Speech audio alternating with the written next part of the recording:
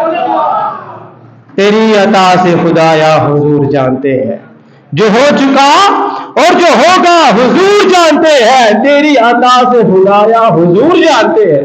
حضور جانتے ہیں کہ سامنے والے بندے کے دل میں کیا سوالات ہیں. ایک بندہ سوال کرنے آیا ہے، حضور نے فرمایا اگر تم چاہو تو سوال کرو میں جواب دیتا ہوں، اگر تم چاہو تو سوال بھی میں ہی بتاتا ہوں، جواب بھی میں ہی بتاتا ہوں. وہ صحابی عرض کرنے لگے حضور آپ بھی سوال بتا دیں پھر جو میرے دل میں ہے. نبی پاک صلی اللہ علیہ وسلم نے ارشاد فرمایا تم یہ سوال پوچھنا چاہتے ہو کہ حاجی جب اپنے گھر سے نکلتا ہے تو اس کو کیا ثواب ملتا ہے، حاجی جب میدان عرفات میں ٹھہرتا ہے پھر اس کو کیا ثواب ملتا ہے، حاجی جب شکار کو کنکر مارتا ہے پھر اس کو کیا ثواب ملتا ہے، حاجی جب سر کے بال مڈواتا ہے پھر اس کو کیا ثواب ملتا ہے، حاجی جب آخری طواف کرتا ہے پھر اس کو کیا ثواب ملتا ہے؟ سارے اس کے سوال بتائے حضور نے، سارے سوال.